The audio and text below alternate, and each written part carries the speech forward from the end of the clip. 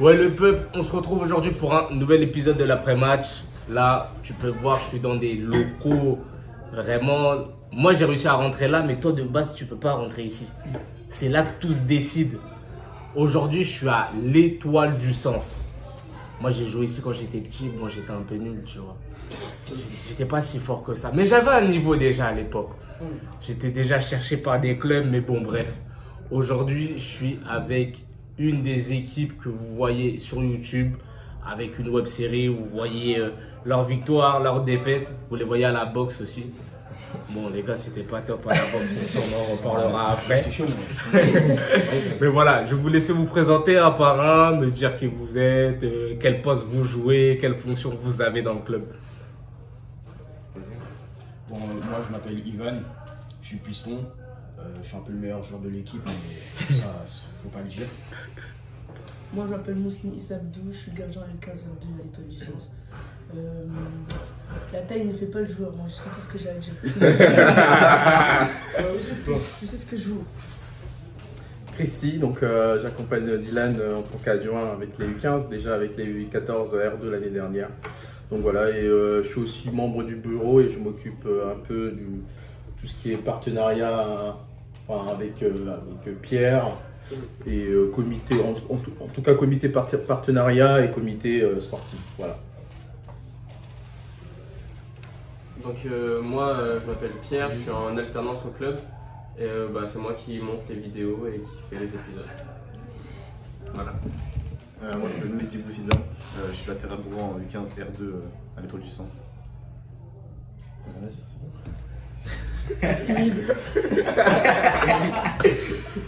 Donc moi je suis Régio Otou, défenseur central gauche à l'Étoile du Sens, surclassé en U15 R2. À ce qui fait trafiquer, donc bon.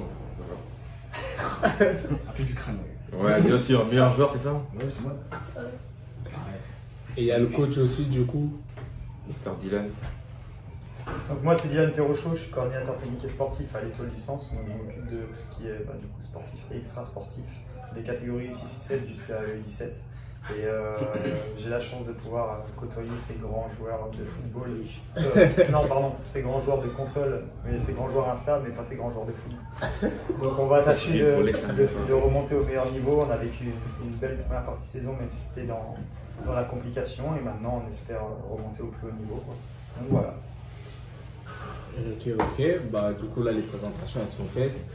Moi aussi, Aaron Tuzola, ancien joueur passé par l'Étoile du Sens, au revoir Racing Club, poste milieu gauche, plus haut niveau joué, régional 1. Voilà. Donc bon, on s'est fait taper contre Angers, mais ça c'était le passé, c'était à l'ancienne. Voilà. Bienvenue au club. Bienvenue au club. Voilà, tranquille. Hein. Mais première question, vous déjà, ça fait combien de temps que vous faites du foot? Combien de temps on va dire que vous jouez à l'Étoile? Donc vous, c'est comment?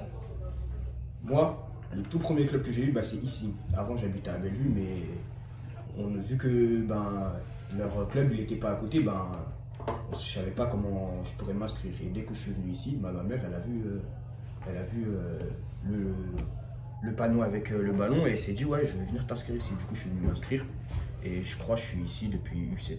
Okay. Donc moi de base le foot c'était du tout pas prévu. Ah oui, d'abord je me suis inscrit au judo, mais j'ai fait aucune séance. Sa mère elle a payé les paniers. Donc après je suis passé devant l'ancienne stade de l'Étoile et ma mère elle m'a inscrit directement au foot. J'ai commencé en U7 et j'ai joué directement en équipe A depuis que je suis plus petit. Et il était joueur. Ouais, mais t'es vite allé gardien, hein, parce que moi j'ai des images de toi petit, t'es allé gardien très vite. J'ai commencé, je suis gardien en U8. Et pourquoi t'as voulu faire gardien? Parce que à cet âge-là, en général, tout le monde veut jouer attaquant déjà. Il n'y a même pas de défenseur, tout le monde veut jouer attaquant, marquer des buts. En fait, c'était sur le tournoi du 1er mai. Okay. Le fameux tournoi. Et genre, on a fait une équipe féminine et il n'y avait pas de gardien pour moi. Je fais le goal et j'ai tapé juste un arrêt, ça m'a beaucoup plu. Voilà. Je suis resté dans ce poste. J'ai pris habitude. Ok. Moi j'ai commencé à Orvaux en U6. J'ai fait 4 ans après À cause de mon père, on s'est fait virer parce qu'il s'est embrouillé avec les entraînements.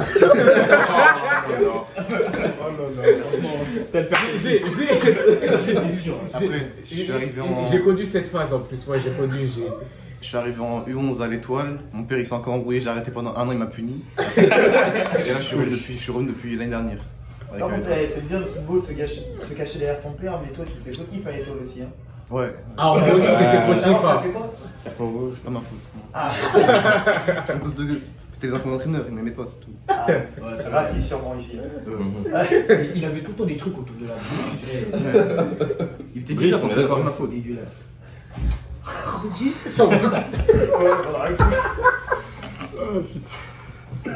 C'est bâtard de dire. Non, je le trouvais.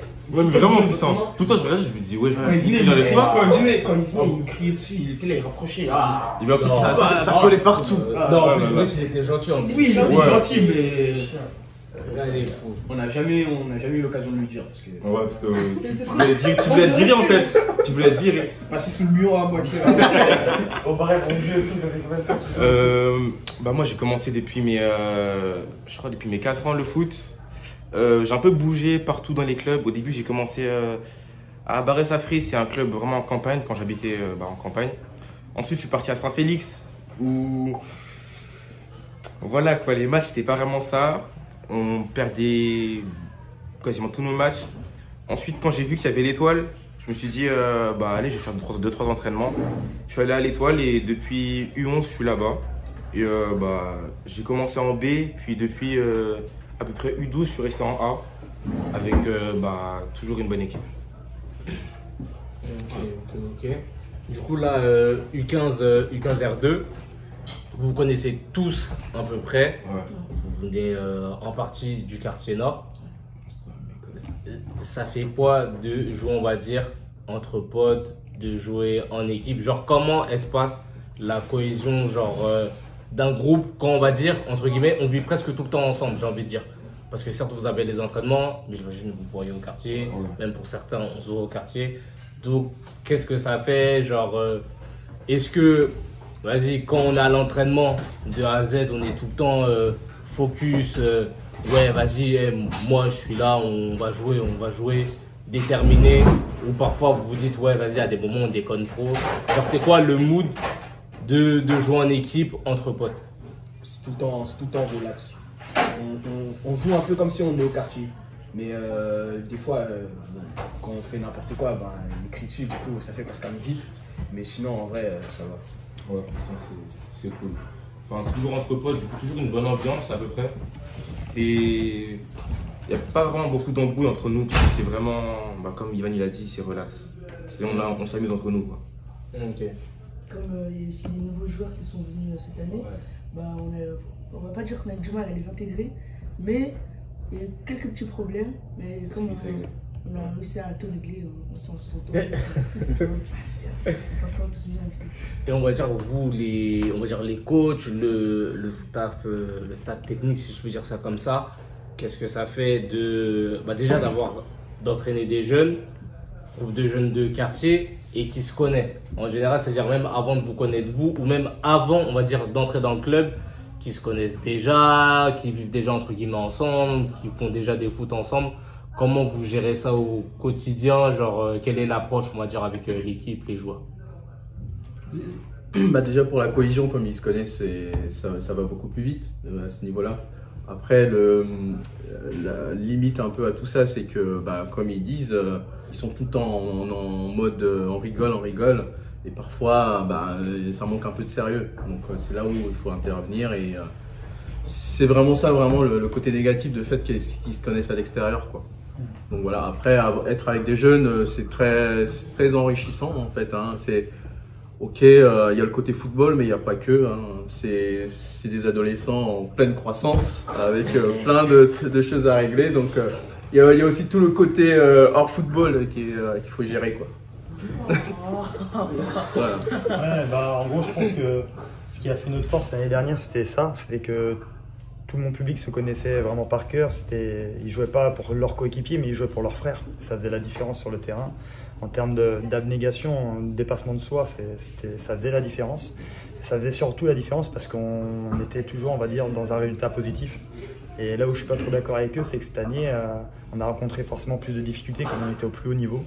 Et au lieu de rester, on va dire, très solidaires les uns avec les autres, bah, y a des visages qui sont montrés où on essayait de se dédouaner de nos responsabilités. Et ça a été dommage. Je pense qu'on a compris ce message un petit peu trop tard cette année, mais au moins on l'a aperçu, on l'a compris, on a essayé de le gommer et depuis le début de cette deuxième partie, c'est plutôt correct.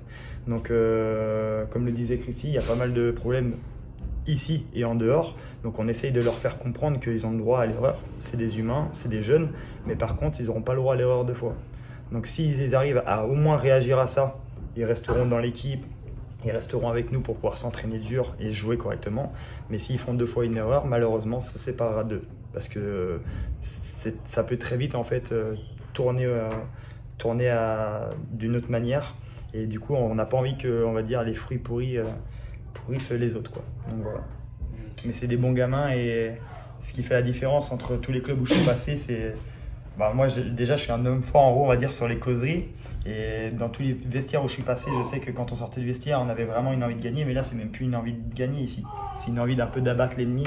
Où on voit un petit peu la flamme dans les yeux tout le temps et l'envie de vraiment... plus que remporter ce match, leur montrer qu'on est plus fort qu'eux dans tous les domaines. Donc maintenant, il y a des domaines à travailler, surtout sur le plan tactique. Mais ça va venir au fur et à mesure, j'en suis sûr. Non, mais il faut dire que aussi, c'est certains joueurs qui font qu'on n'est pas bon techniquement, Ouais. tactiquement. C'est Non, bah toi. Non,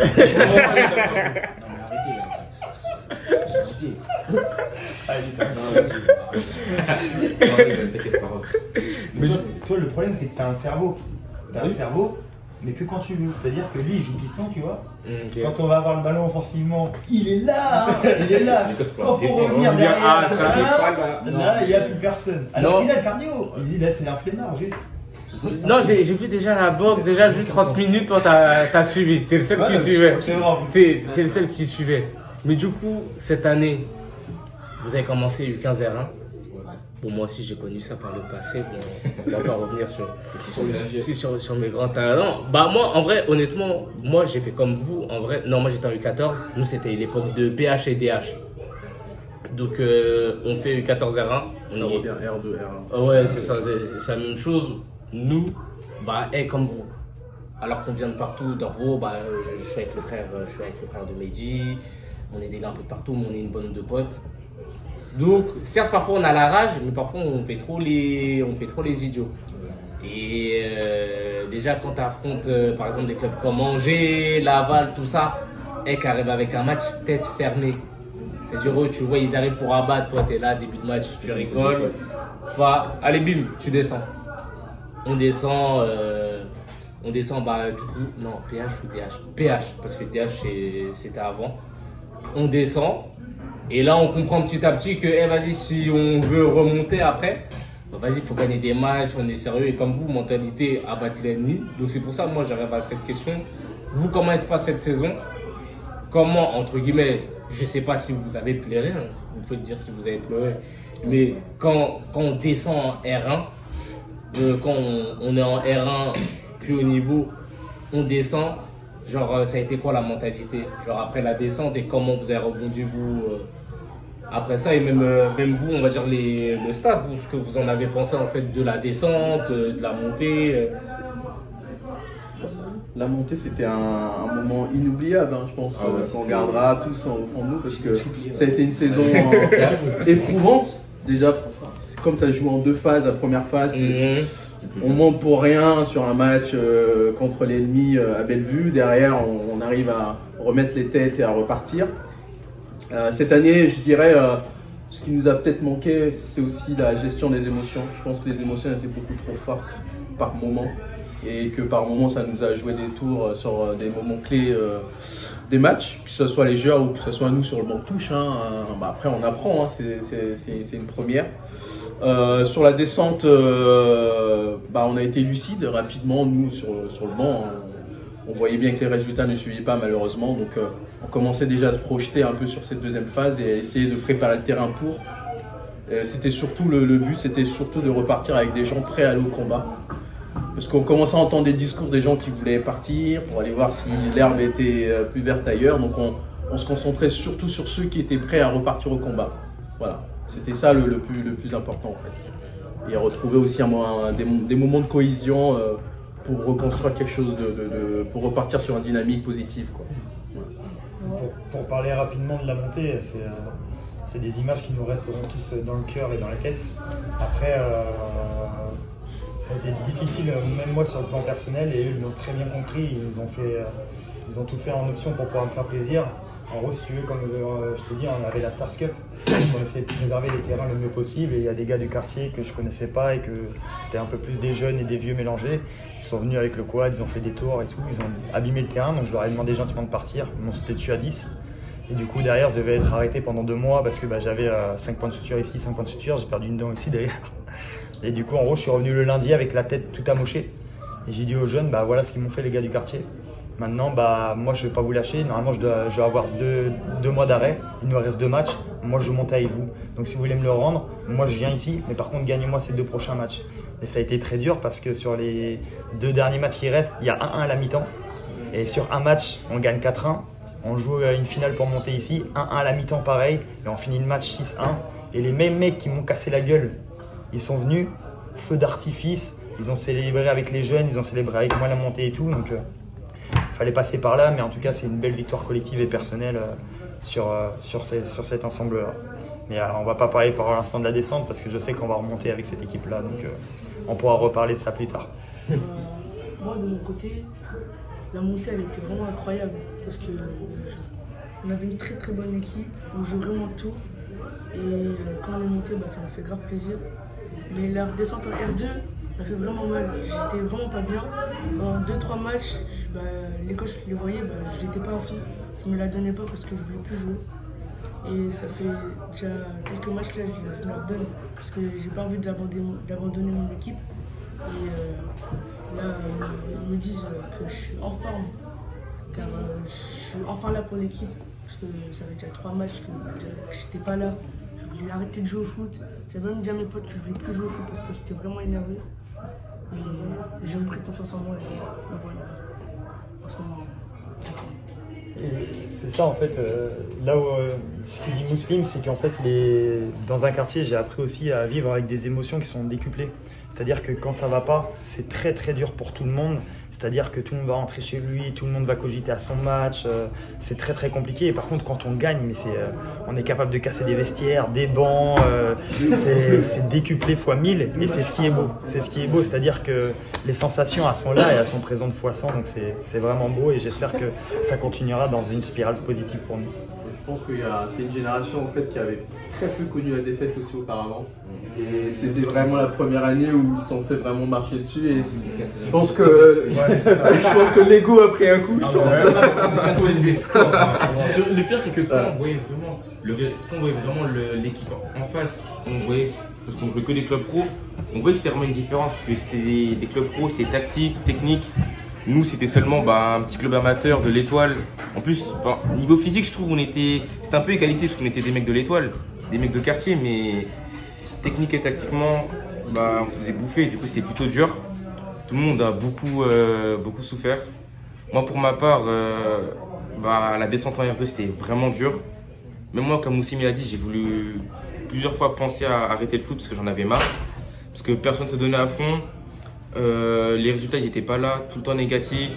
À l'entraînement, on s'engueulait. Dylan, à un moment, il a failli, il en avait marre. Vraiment, c'était vraiment dur. Après, je trouve ce qui a vraiment manqué pour un peu nous sauver de la R1, c'était pas pour tailler, mais vraiment genre la force offensive. Parce qu'encore défensivement et au milieu, ça tenait, mais c'était devant où on n'arrivait pas à marquer des buts, on n'arrivait pas à finir les actions. Du coup, à chaque fois, on était épuisés, on se prenait des scores, des 6-0, des 2-0, des trucs comme ça. Donc vraiment, c'est ce qui nous a empêché de rester en R1. Voilà. Et du coup, vous, comment, là je parle plus aux joueurs, comment vous avez, on va dire, géré les émotions, comme vous avez dit, que des victoires. Et là, vous passez à défaite sur défaite. Il y en a qui veulent partir du club. Genre, comment vous avez géré ça? Est-ce que, je sais pas, il y a eu des discussions entre vous, déjà, on va dire en interne? Est-ce que même en dehors, vous parliez un peu de, vas-y les gars qui veut partir, qui veut bouger, tout ça? Et même peut-être pour ceux qui vont regarder l'interview, quand on perd 20 000 matchs, on veut forcément aller ailleurs. En pensant parfois qu'ailleurs, on a notre place. Et... Hein? Si t'es habitué à la R1, après ça fait mal de redescendre. Parce que des victoires tout le temps, et d'un coup, boum, quand on est des défaites, c'est dur. Donc pour ça, j'en sais trop fort. Bah, surtout du tout. Bah voilà. On voulait rester en R1, parce qu'on était au-dessus. C'est vraiment l'ego qui a fait un coup, parce qu'on serait vraiment les rois du monde. À chaque fois qu'on arrivait, tout le monde avait peur de nous.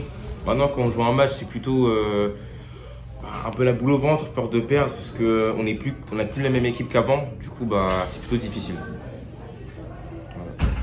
Ok. Ça, je vais prendre la parole sur ça, si ça ne te dérange pas. En gros, ça a été très compliqué parce que, comme je te disais, on était dans une spirale négative et il a fallu trouver des solutions pour pouvoir toujours maintenir le groupe en vie. Comme on le disait, bah ouais, il y a t'entends, mais lui il veut partir, mais pourquoi il veut partir? On a fait une saison exceptionnelle l'année d'avant, là ça s'est mal passé, ok, mais moi tu vois, je les considère vraiment tous comme mes petits frères. Et je pense que c'est cette notion qui est différente avec des autres coachs.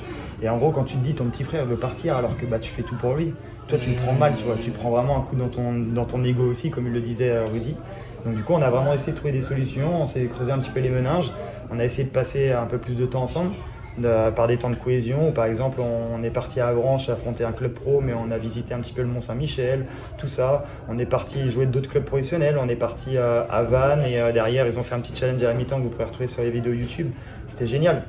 Même s'il y a eu des défaites face à ces clubs pro-là, ça nous a permis un petit peu de ressouder tout le monde, de redéconner ensemble, de reprendre du plaisir. Et moi, qui voulais toujours faire des matchs amicaux contre des clubs pro, pour faire voir les garçons et faire nous confronter aussi à des structures professionnelles, je me suis dit on va peut-être varier un petit peu. Il va falloir retrouver un petit peu confiance et du coup on a pris un match amical contre un adversaire qui était censé être plus faible que nous pour pouvoir retrouver une spirale positive. Et du coup on a joué un adversaire qui jouait en R2. Ça nous a permis de vraiment reprendre confiance en nous et reprendre la confiance offensive. On gagnait 6-0. Et là, du coup, ça a redynamisé un petit peu le groupe et c'était bien mieux. Donc voilà, c'est comme ça qu'on a réussi à passer ce chapitre-là, le clôturer pour pouvoir le réouvrir plus tard, je l'espère. Donc là, on va parler un peu de choses plus positives. On va parler de YouTube et on va parler d'une web série dans laquelle vous êtes tous acteurs, j'ai envie de dire. Vous participez tous à ça. Donc, est-ce que vous pouvez me faire, on va dire, un petit brief de la série? Genre, comment vous vendrez votre série? Ouais, voilà. Moi, je connais pas, je sais pas de quoi ça parle. Est-ce que vous pouvez me dire en quoi ça consiste? C'est notre aventure au plus haut niveau. C'est le moment où on filme nos matchs en R1. Moi, je pense qu'on aurait dû commencer en R2 parce qu'en R1, on s'est trop fait tabasser. Non, il a raison. On aurait dû commencer avant.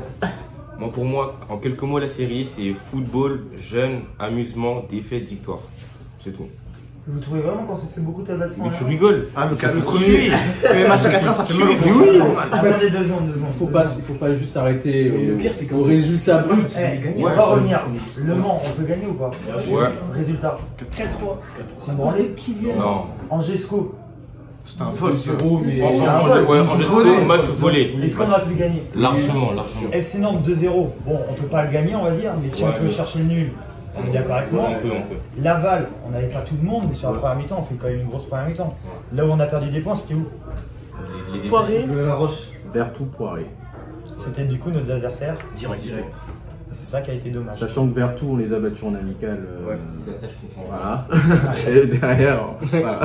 Mais est-ce que justement c'est pas intéressant en vrai aussi de montrer des défaites? Parce que en vrai, peut-être, bon, c'est pas non plus une série, on n'est pas dans une Azuma Eleven ou une foot de rue pour commander des trucs. Mais est-ce que c'est pas intéressant aussi de voir que, vas-y, au début, quand je regarde les vidéos, tu te dis, eux ils perdent tout le temps, c'est trop. Ils sont là, ils perdent tout le temps, tout ça. Mais tu vois, après, ils descendent, même voir une histoire, est-ce qu'il n'y a pas, entre guillemets, on va dire, je sais pas, un côté touchant, et de voir qu'ensuite, après, vous gagnez et vous apprenez de vos erreurs. Je me dis, c'est plus intéressant de voir, je pense, un processus de A à Z, voir que à des moments, ça marche pas, tout ça. Et je me dis même, c'est la réalité. Que, imaginez, vous gagnez tous les jours, c'est la réalité. On va pas vous dire non, gagnez pas juste pour la série, perdez un match, tombez, etc. Mais je me dis, vous voir réellement, voir les victoires comme les défaites, ça permet de comprendre et d'apprendre. Et moi, je trouve ça même grave intéressant parce que voir des clubs amateurs, parce qu'il y a, on en parlait en off, il y a aussi Saïd qui le fait à Lyon. Mais moi, je trouve ça super intéressant de montrer un peu ce qu'on vit tous au quotidien. Parce que j'ai envie de dire, pour des gars de votre âge qui jouent au foot, ils vivent les mêmes choses que vous. C'est-à-dire, quand tu regardes la vidéo, et bah tu te reflètes directement, je pense, on se reflète directement en vous. Le mec il fait ça, le mec il fait ça, le mec il fait ça. Ah, telle erreur, pas niveau tactique, c'est pas trop ça, ou des choses comme ça. Il se reflète plus que je me dis, si à votre âge, vous gagnez tout le temps, tant mieux. Mais moins de personnes, je pense, vont se refléter dans ce message que vous voulez apporter. Et rebondir sur ça aussi, vous, qu'est-ce que vous pensez de votre image? Vous n'êtes pas filmé H24 sur 24, on ne suis pas au collège non plus en train de faire vos devoirs. Mais comment vous voyez ça, ou même les coachs, comment vous essayez, on va dire, de réguler, on va dire, le fait d'être vu sur les réseaux sociaux, qu'ils disent pas de bêtises, que ça ne déteigne pas leur image, parce que c'est quelque chose d'important aussi. C'est une très bonne question et moi je vais essayer de répondre en premier justement à ça, parce que ça m'intéresse. Vas-y, je commence. Pour moi, je trouve la série en soi elle permet de faire voir plusieurs personnes, enfin plusieurs joueurs pour des clubs pro. Moi-même, par exemple, j'ai été vu par Angers et d'autres clubs pro. Mais je trouve que des fois c'est un peu trop et du coup certains, comme on dit, ils vivent pour les caméras. Oui, sérieusement. Mais du coup ils sont trop, faut être beau, faire ce petit pont, ce coup de sombrero, ce geste-là, ce geste-là.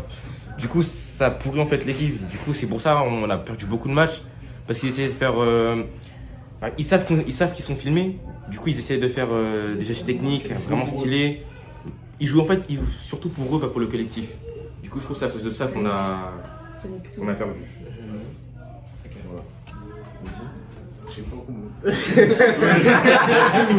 Moi, j'ai posé une question, par exemple, Midi. Vos adversaires réagissent comment à la série, justement? Ouais, ça, j'avoue. Ah, ça, c'est une vraie question, ça. Je pense parfois ils peuvent être intimidés. Ouais. Parce que comme on fait beaucoup de vues, quand même, ça va. Hein. Ils peuvent être intimidés par nos vidéos. Mais après, ils reviennent à la réalité parce qu'on joue pas trop ensemble. En fait, beaucoup jouent pour la caméra, comme a dit Luigi. Je vais pas nommer. Bien sûr. Toi aussi. Hein. Faire 2-3 dribbles pour faire la balle, c'est vraiment inutile. Dribbler 3 joueurs, ok, c'est stylé. Quand dribbler un 4ème, prendre un mur. Moi, je le fais pas pour les caméras. Ouais, je le sais. Non, lui, je le fais pour les nanas, les gars. J'ai pas besoin de ça pour acheter les nanas. Je suis des nanas. J'ai pas besoin de ça, moi. Par exemple, même, un truc qui m'a choqué, c'est que j'étais dans les couloirs du collège, tout ça. Je marche et il y avait des 6e, des 5e qui étaient devant nous, tout ça.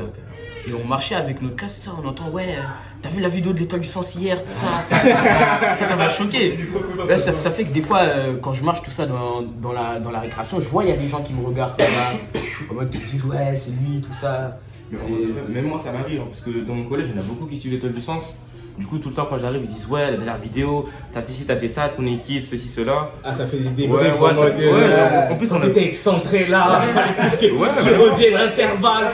Il y a vraiment de vrais débats sur la série. Donc, en vrai, c'est cool parce que ça permet d'avoir de vrais débats sur nos matchs, outre le fait qu'on soit entre nous. Comme ça, on se dit la vérité. Parce que quand c'est des gens extérieurs, eux, ils n'ont pas de pitié à dire ce que t'as fait bien, ce que t'as fait de mauvais. En soi, des fois, ça peut blesser, mais en même temps, ça peut t'aider à t'améliorer, en fait. Donc, avoir la série, ça permet un peu d'avoir le visu des gens et avoir des vrais messages où tu dis directement la vérité. Message constructif. Ouais, voilà, message constructif. Outre le résultat sportif qu'on voulait montrer et qu'on voulait aussi se confronter à l'élite régionale, il y a des vrais, on va dire, messages éducatifs qui sont passés dans la série. Et des vraies valeurs qu'on essaie de montrer, les valeurs d'un club de quartier. Donc comme on le disait un petit peu, on parlait de Saïd, en plus de ça, qui nous a envoyé des petits messages d'encouragement, c'était sympa de sa part. C'est vrai qu'on est souvent comparé à la série des U17 de Sainte-Foy-les-Lyons, ça n'a rien à voir parce que eux ils sont U17 D2, ils ont des contenus qui sont vraiment plus pro que nous. Mais par contre, nous en fait, on essaie de montrer un club de quartier, ses valeurs, ses avantages, ses défauts, et à l'élite régionale. Donc là, on était à l'élite régionale, maintenant on est en R2, et on va essayer de mélanger ces notions éducatives et sportives pour pouvoir rejouer au plus haut niveau. Mais ce qui est vraiment cool avec cette série, c'est que du coup, voilà, au départ c'était un peu blédard, on arrive l'été, maillot du Congo, shorts violets, chaussettes jaunes, et l'entraînement d'après, il y a des caméras, je peux te dire, le gars il arrive ensemble, l'équipe de France, chaussée, il est beau, il est coiffé, il a les contours, ça c'était marrant. ça c'était marrant et les gars étaient très timides avec la caméra. Et puis là, je pense que vous pouvez le constater, maintenant ils sont plutôt à l'aise, ils ont l'habitude et tout, donc c'est un petit peu drôle. Maintenant on a des petits jeux de rôle avec eux aussi, parce que dans YouTube c'est un petit peu ce que je pense que les gens recherchent, d'avoir un petit peu plus de contenu à l'intérieur. On veut toujours plus à l'intérieur, mais bien sûr nous on a des limites à fixer. Et voilà, maintenant ça devient des mini-stars. Bon, on fait pas encore énormément de vues, mais si ça met à pousser, c'est déjà bien pour eux, quoi. Tant que ça peut leur apporter des choses dans leur vie, c'est bien. Et même pour revenir dessus, ouais, sur les adversaires, même au community manager, tout ça, comment ça se passe? Moi, c'est plus technique aspect, niveau même autorisation.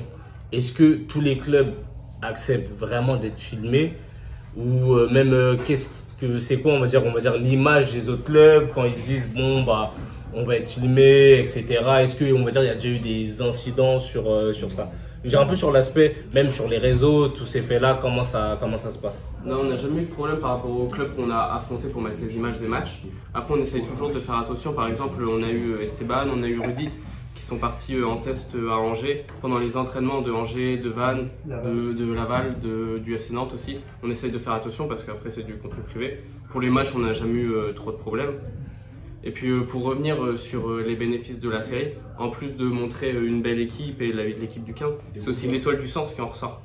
C'est l'étoile du sens qui se fait connaître au niveau régional, au niveau national si possible. Et donc c'est tout bénéfique pour tout le monde. Ok. On n'a pas trop d'incidents sur les matchs parce que du coup tous les matchs en gros c'est un secteur public. Donc on n'a pas forcément besoin d'autorisation de filmer les matchs. Par contre après, nous ce qu'on essaie de faire, c'est on essaie aussi de ressortir les bonnes personnes ou même les mauvaises, tout en leur demandant leur autorisation. On essaye par exemple d'interviewer des arbitres féminins, des coachs adverses, peut-être des joueurs adverses. Donc ça c'est cool. Et puis on voit par exemple, même rien que sur la dernière vidéo, on a affronté Segré. Et il y a un joueur de Segré qui a mis un petit commentaire sympa en disant ouais, votre défense elle est vraiment dure à passer, elle est en place. Alors en tout cas ça fait plaisir de vous voir en vrai, tu vois, donc c'est toujours des messages positifs. Il peut aussi y avoir des négatifs, hein. Donc comme le disait Rudy, c'est toujours dur un petit peu à avaler. Mais je pense que c'est ce qui pourrait forger leur caractère plus tard et voilà quoi. Donc c'est cool. J'avoue, ça c'est une vraie question, ça. Vous, comment vous faites face? Est-ce que vous, je pense que vous regardez la vidéo, mais est-ce que vous vous attardez sur les commentaires, leurs commentaires négatifs? Est-ce que s'il y a un petit ouais, Ivan il est bien gaze, hein. Mehdi lâche son ballon, même le genre comment vous vous sentez, comment vous réagissez? Parce que vous êtes en vrai, on s'en rend pas compte, mais en vrai vous avez 15 ans, sur YouTube, les commentaires, vous savez même pas si c'est un petit de 9 ans qui écrit ou un daron de 52 ans. Vous, comment vous faites face à ces commentaires-là? Surtout quand ils sont négatifs, parce que je pense qu'ils sont positifs, ça fait du bien. Mais quand c'est négatif, est-ce que vous êtes là, on va monter une équipe, on va chercher de la presse, commentaires, attention, on analyse. Ouais, parce qu'il habite. Moi j'en ai, mais c'est frustrant un peu. Je l'ai même reçu au collège. Au collège, à chaque fois on me dit ouais, je fais de la merde, moi je leur dis plusieurs fois, moi je parle pas. Regardez juste le prochain match. Je me donne toujours à fond. Et au final, ça me remercie, même si tu vois, je sais qu'ils me critiquent à chaque fois. Mais bon, j'ai aussi même des critiques de mais je leur ai toujours dit que je parlais pas. Ça c'est normal, ça c'est dans le rôle, oui. C'est différent. On parle plus sur le fait que ça soit des personnes forcément que tu connais pas, qui peuvent être très méchants sans être constructifs dans ce qu'ils te disent. Non, c'est juste plus des potes qui disent ouais, t'as fait de la merde et tout, mais moi je suis susceptible de ouf. Hein. Dès il dit ouais, des fois quand tu dérives trop, tout ça, direct on peut se battre. Hein. C'est faux. Mais si t'es réaliste, quand tu regardes les vidéos, non, mais des fois, fais trop ou... des fois j'en fais trop, mais je me rends pas compte sur le moment. Mais c'est après, quand, en fait, la façon comme ils le disent, c'est ça qui devrait changer. Parce qu'ils devraient le dire plus, ils devraient le dire plus simplement, au lieu de venir et me dire ouais t'es nul, tout ça. Du coup ça fait que moi, ils viennent, ils me répondent, ils me disent ça comme ça, brusque, tout ça. Enfin moi aussi je réponds brusquement, tout ça. Avec les points, ouais. Non, pas tout le temps, mais... Ah mais s'ils sont là et qu'ils cherchent la merde, on va se la mettre. Hein. Moi l'impression que j'ai, c'est qu'on est plus lisible depuis que la vidéo, on le voit nos adversaires. T'as l'impression qu'ils nous connaissent déjà, le plan est en place, du coup on essaie de brouiller les pistes mais c'est pas toujours évident. changes de compo, tout ça. On varie nos systèmes de jeu, c'est pareil Pierre, comme tu disais, s'il y a des autorisations ou quoi que ce soit, Pierre, je lui demande de ne pas trop faire voir les compositions d'équipe, dans quel format de jeu on joue, et c'est pour ça que du coup il n'y a pas trop de contenu sur les causées, on essaie de mettre vraiment les choses les plus simples, les consignes les plus simples pour pas qu'on soit lisible auprès des autres clubs. Donc c'est pour ça qu'on varie sur des systèmes de jeu, mais de toute façon, moi dans mon axe de production, on était obligé de jouer dans 3 systèmes de jeu différents cette année, donc ça leur fait pas mal. Parce qu'après, arriver en senior, s'ils arrivent dans un seul système de jeu, ça sera très compliqué pour eux. Donc, c'est maintenant qu'il faut évoluer. Un piston. Ouais, piston. Et toi, Mehdi, comment tu réagis C'est un peu frustrant, par exemple, le match étranger. En fait, les gens ils parlent sans savoir, ils sont pas là. Ils osent dire non, il y a faute là-dessus. Là-dessus, tu fais faute, par exemple, il y a un penalty. Le joueur, le type, il le touche pas, il se jette, il prend son crampon, il le jette au sol. Vous allez comment il dit ouais, non, il y a penalty. Faites faute, il lui arrache la jambe, on le touche même pas. Les gens ils parlent sans savoir. Donc ça c'est frustrant. Mais je réponds pas, sinon je vais insulter. Il est nerveux là. De toute façon, ils n'ont pas le droit de répondre aux commentaires négatifs. Certains matchs, ils regardent juste le résultat sans regarder. Ouais, sans regarder le contenu. Ils peuvent pas voir tout le match en entier. Ils Ils savent pas ce qui se passe entre les moments où ils montrent où il y a les bonnes actions, les actions qui prennent des buts, où on marche, tout ça. Ils voient pas tout. Du coup, ils peuvent pas réellement savoir si on fait un bon match ou un mauvais match. Parce que c'est compliqué de juste sur quelques moments dire si une équipe est forte ou si une équipe est nulle. Après, moi je trouve, franchement, quand il y a des messages négatifs, des fois j'en vois quand je regarde la série, je crois que c'était le 5e épisode, il y avait un mec qui a dit oh la défense, franchement vous êtes trop nuls, c'est abusé, tous les buts que vous prenez, tout et tout. Alors qu'en vrai de vrai, ils savent pas en vrai tout ce que nous on prend, tout ce qu'on endure, tous les coups qu'on prend, du coup c'est quand même difficile. Après je me dis que les commentaires comme ça, c'est surtout parce que nous on est un club de quartier, du coup on représente vraiment tout le quartier nord. Du coup quand ils voient nos défaites, j'avoue ça peut les mettre en route, ça peut les énerver. Du coup je me dis que quand on est filmé, on représente à peu près tout le quartier. Du coup qu'on perd tout le temps, c'est pour eux aussi. Hein. Nous on prend et après eux aussi ils prennent dans leur ego. C'est aussi là que moi je dois faire attention parce que par exemple on a eu plusieurs commentaires où ça critiquait la défense et en fait on se rend compte que je mets très peu d'action de la défense à part quand ils prennent des buts. Okay. Parce que c'est plus intéressant, les actions offensives sont plus intéressantes et c'est aussi là que moi j'essaye de bien trier les actions pour aussi montrer la défense quand la défend bien, quand les interventions sont bonnes. Et j'apprends comme tout le monde, moi je connaissais pas ça. Et j'apprends et là j'essaie de faire un petit peu mieux parce qu'on a eu pas mal de commentaires comme ça. Et les commentaires, même qu'ils soient négatifs ou positifs, il y en a toujours du bon à tirer. On essaie de l'utiliser tout le temps qu'on est le mieux possible. Quoi. En tout cas, c'est ce qu'on avait dit. On avait prévenu Pierre qu'il y a trop d'actions où on se prend trop de buts. Après, si les gars vous prenez des buts. Non, mais oui, on va pas les supprimer au montage. Ils étaient en train de me dire à un moment dans l'année, là, surtout quand on avait pris un score face à un concurrent direct. Face à Cholet, et non, Dylan, tu mets qu'on a perdu 3-0. Ah bah non, vous avez perdu 8-0. On va mettre les 6 buts de Cholet et j'espère que vous allez les revoir plusieurs fois. Ça va être normal.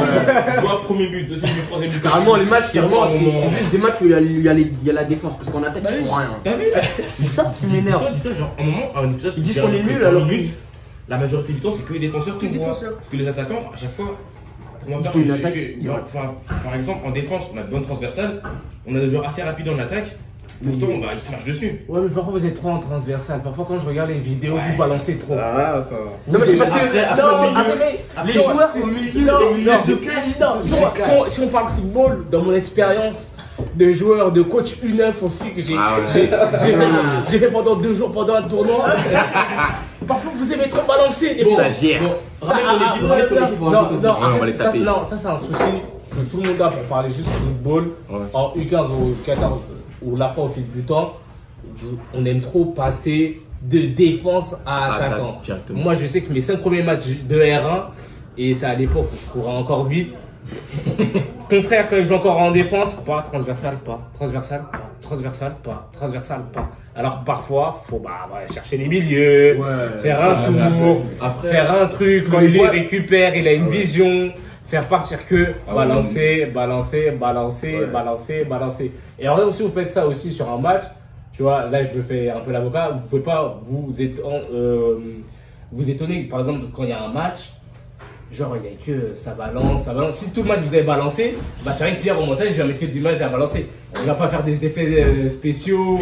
On voit un joueur qui apparaît, qui fait une passe, qui fait une transition ou des choses comme ça. Donc aussi je pense aussi que ce que vous faites, et c'est pour ça que moi je trouve ça super intéressant, je pense que ce qui est filmé en fait dépend de vous. Certes, bah c'est Pierre qui fait le montage, c'est Pierre qui choisit les images, mais je pense que tout ça aussi dépend des valeurs que vous transmettez, de l'image que vous montrez et du match que vous faites et ce que vos coachs vous apportent.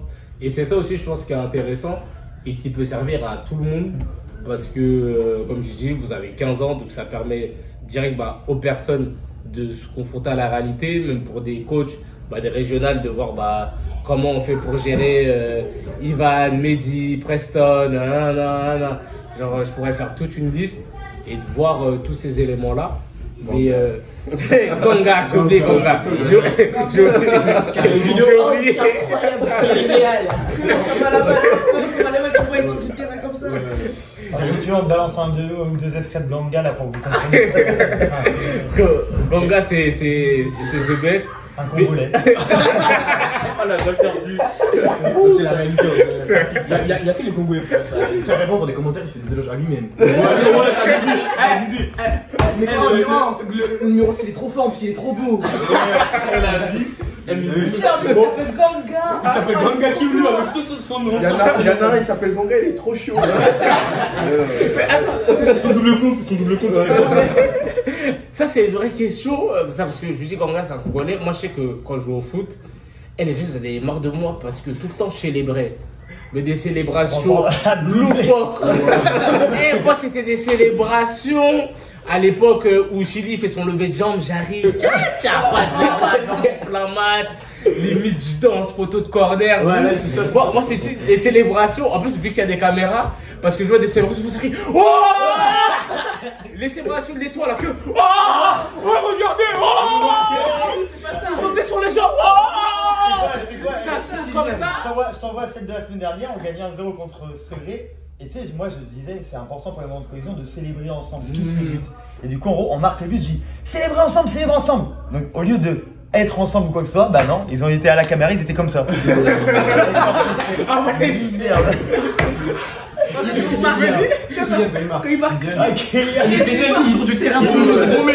Il a trop d'endurance, c'est comme ça. Pour attraper les attaquants là, c'est chaud. Ah ouais, mais quand c'est beaucoup trop du terrain. Pareil, on balance un extrait de Kylian, c'est le premier match de l'année, match de prépa, et et il était sur le banc, tu vois, parce que je faisais tourner dans les 10 dernières minutes. Il me disait, vas-y Dylan, s'il te plaît, fais-moi rentrer neuf. Il me saoulait vraiment, tu vois. Je dis, tu rentres neuf. Je dis, t'as 5 minutes pour marquer, si tu marques pas, je te tape. Et du coup, il est rentré, il a marqué. Instant. Mais c'est grâce à moi. Tout le monde lui a couru après. Tout le monde l'a balayé, tout le monde l'a célébré. Il a tapé sur les. C'est grâce à moi, il a marqué. Sur le terrain, comme ça. C'était abusé. Moi, le plus de c'est Saint-Nolan. Face à la Roche. Saint-Nolan à la Roche aussi. Et dernière question, comment ça c'est sur la page YouTube, comment vous gérez la fanbase? La fanbase, vos fans, les garçons, les gars qui vous soutiennent, les filles, voilà, sans Moi, il y a un gars dans le collège, je veux absolument passer dans les vidéos. Comment vous gérez qui disent, ah c'est toi le gardien de l'étoile du sort. Parade contre la Roche, ouais, j'ai trop aimé ça, comment t'as fait. Genre, il dit, j'ai trop aimé ton tacle. Par exemple, les potes au collège, ils font que de me charrier là-dessus. Ils me disent, oh, t'es trop mignon sur le terrain et tout. Moi, c'est un petit, hein, je crois que c'est un 5ème, 4ème. Toujours il y a un petit. Oh, est-ce que le caméraman il est là? J'ai envie de faire une dédicace, s'il te plaît. C'est Chani. Ah ouais, c'est un petit. Un petit, genre, il est vraiment fou dans sa tête. Il est tout le temps habillé en FC Note, mais on l'a jamais joué au foot. Ce qui est bien, c'est avec la ligue, le district et tout. Je sais que c'était pas trop aimé de base de faire des trucs sur les réseaux. Et du coup, on est vraiment reconnu correctement aux la ligue du district. Et puis moi, pour mon cas personnel, c'était marrant, c'est que du coup, comme je t'ai dit, je suis animateur technique et sportif, donc j'ai tous les autres jeunes. On va dans des tournois à droite à gauche. À chaque fois que j'ai un tournoi avec les plus petits, il y a le youtubeur et tout. Et après, ils viennent me voir, ils disent, c'est toi qui es sur YouTube? Je dis, oui, je suis sur YouTube, mais je suis pas youtubeur, moi, les gars. Donc c'est marrant, on est reconnu, pas à une grande échelle, hein, mais c'est marrant d'être reconnu via notre travail, quoi. notre travail et leur plaisir à eux, donc c'est rigolo. C'est pour ça qu'Ivan, tu fais après 2-3 gestes techniques parce que tu sais. Tu sais qu'il y a des gadgets qui font. Arrête, t'as pris le quatrième. Arrête, du putain. Après, il y a quelqu'un dans l'équipe, il est pas là, mais vraiment lui, il est vraiment pour les caméras. Achille. Il peut faire un match de merde. Il a fait un contrôle, il dit, ah Dylan, tu peux me voir mon contrôle s'il te plaît? Il était trop beau et tout. Il est Mais il est venu à la photo alors qu'il était blessé, après il s'est barré de l'entraînement. Il était blessé, il est venu pour la photo. La photo de tournoi de la Saint-Pierre. Il est venu, il a fait, je suis blessé, je viens juste pour la photo, il s'est barré après. J'ai même plus revu. D'ailleurs, il est blessé depuis combien de temps même? Chaussettes coupées, chaussures 210 €, bandeau, maillot rentré dans le short, bandeau rose. Et en ce moment, il est claqué. Hein. Ça va venir, ça va venir. Il verra sur YouTube, il verra sur YouTube. Non, mais c'est la réalité. Achille, bouge-toi les fesses. Quand il veut aller au contact, il n'y a plus personne. Il court, on dirait, il a 10 kilos derrière lui. Il a 2 de vitesse, il est pire que Giroud, c'est une dingue. Ça, je pense même on fait une course Muslim et Achille. Ouais. Il y a moyen Ça se tape, ça se tape. Ouais. Ça se tape. Il y a moyen Les Muslim. Non, c'est bien, très bien. Non, mais. Bien. On revient à l'entraînement, boss là, il regagne Sur le challenge contre Van, quand il doit aller jusqu'au but, il a mis 1 heure pour aller jusqu'au but. On dirait Olivier Tom. Il a mis plus de temps qu'Ivan. Non, mais attendez, moi je vais expliquer un truc. Frérot, attends. J'arrive sur le terrain. Je me suis dit, ouais, je vais mettre une louche, tout ça. Tu vois, j'arrive vers le mec, je pars un peu sur la gauche, là, comme ça, t'as vu, j'ai plus d'espace. La louche la plus claquée, techniquement. Voilà. J'essaie de faire une louche. Et tu sais, la balle, la balle, elle glissait de ouf à cause du terrain. Et j'essaie de faire la. Terrain N2. Non, mais je te jure, en mode. À la billard, hein, à la radie, là. Je sais pas, le ballon il était mouillé. J'essaie de faire une louche. Oh, je rate. Mais après, quand j'y repense, je me suis dit, j'aurais dû être devant la surface, j'aurais dû l'allumer. On a les images, t'inquiète. Sauf que quand on t'en a parlé, tu t'es vexé. Ah oui. Non, mais je pensais que t'avais bien fait. Comment vous l'avez dit, Il a fallu te montrer l'image. un peu quand même. Mais on est dans notre rôle. On est dans notre rôle d'être sévère envers toi. Il a dit qu'Ivan il avait dansé devant le but. Bah oui, c'est devant le but. Coupé, décalé. Ça, je dirais, Ça, c'est son côté ivoirien. Au début, parce que genre, au début, tout le monde a dit, ouais, il va rater. T'as raté. Sanonon qui a dit que j'allais rater, il a raté. Kylian, je crois, il a raté aussi. Il y a qui a raté encore? Il y a... Tout le monde a raté, et moi j'ai marqué. Comme de par hasard. Tout le monde s'est pris un karma. Ça c'est des mauvaises sensations. Ok, j'ai ranimé quelque chose de mauvais. En vrai, non. Là, c'est bientôt la fin. Vous devez partir. En plus, vous avez match. J'espère que le match, vous allez le gagner. Bien sûr. Ok. Dernière question pour les coachs, pour le community manager, pour tout le monde. C'est quoi la suite? C'est quoi l'avenir? Qu'est-ce qui vous attend dans les prochaines dates? Le championnat R2? La suite, déjà à court terme, on a 2 matchs de championnat très importants. Donc aujourd'hui, Pontchâteau et Saint-Marc-sur-Mer chez nous la semaine prochaine. Et après, à moyen terme, hors championnat et hors R2, hors objectif, on va dire, de la saison, on s'est qualifié au mondial de la Saint-Pierre, qui est un très bel événement. L'Étoile du Centre n'avait pas pu repasser les étapes qualificatives parce qu'il y avait eu des problèmes entre le mondial de la Saint-Pierre et nous. On a pu les passer, on a pu se qualifier de justesse, mais on s'est qualifié. C'est ce qui a permis de retrouver une dynamique sportive intéressante cette année. Donc on va y aller et on va pas y aller pour faire de la figuration. Ah bah clean. On va y aller, il y a des belles équipes à jouer. Les garçons, ils savent très bien qu'il va y avoir du beau monde aussi pour pouvoir les regarder sur ce temps-là. Donc maintenant, c'est kiffer l'expérience, mais kiffer l'expérience sportive et essayer d'aller chercher quelque chose. Et puis après, j'espère qu'on pourra vous réinviter pour le match de la montée et continuer à nous suivre sur YouTube, hein, ça nous donne de la force. Il faut savoir qu'il fallait avoir plus de 1000 abonnés pour commencer à être rémunéré, donc allez-y, abonnez-vous à fond parce que là maintenant on a les abonnés, mais maintenant il faut les vues là. Comme ça on va pouvoir faire kiffer les jeunes encore plus sur des sorties ou quoi que ce soit. On essaie d'aller partout en club pro et on a pas mal d'invitations. Là on aura sûrement des invitations pour aller à Paris, pour aller un peu plus loin. Donc si on peut les faire kiffer, n'hésitez pas à vous abonner et à aimer les vidéos. Et vous, c'est quoi la suite, vous, les gars? On espère monter en U16 et se maintenir jusqu'en U17, comme ça on essaiera de jouer. On va essayer, hein. Bien essayer. Non, essayer, vous allez le faire. On va réussir. Non, on va le faire, t'as raison, on va le faire. On va monter en national. Ah, je le dis là. Toutes les équipes là, venez seulement, vous allez voir ce qui va se passer. Allez, venez. Allez, venez. Mais non, la vie. Ah, et après aussi sur le court terme, on peut aussi dire que Rudy, mercredi on a un rendez-vous important pour Angisco. Déjà on peut applaudir déjà. On verra si on a. T'inquiète. On verra si j'en ai, on espère que ça sera positif. Pour Esteban, on n'a pas trop de retour pour le moment du stade Lavallois, mais voilà, je sais qu'on va rentrer dans une période où les jeunes vont être à l'essai, donc j'espère que le téléphone va sonner pour eux, parce que l'objectif c'est aussi de pouvoir les sortir du quartier et qu'ils aillent voir autre chose, donc voilà. Ok. Bah, je pense qu'on a tout dit. Je tenais déjà à vous remercier pour l'invitation, Merci à vous, les gars. pour l'accueil. C'était cool. Une grande force à vous parce que moi j'ai joué ici petit et l'évolution qu'est le club aujourd'hui est vraiment incroyable. Donc vraiment que de la réussite pour toutes les équipes, pour tout le monde de A à Z. Moi de toute façon je sais que, et même je vous invite à venir voir leurs matchs, à donner de la force sur leur réseau parce que c'est vraiment un travail très fort et important je pense à faire pour apprendre au quotidien. C'était tout pour l'après-match. N'hésitez pas, le plus important, nous aussi, à vous abonner parce que on n'a pas encore leurs chiffres, on espère atteindre leurs chiffres.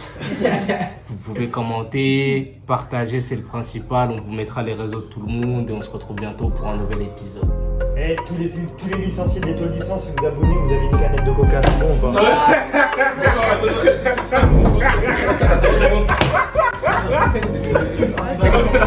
pas?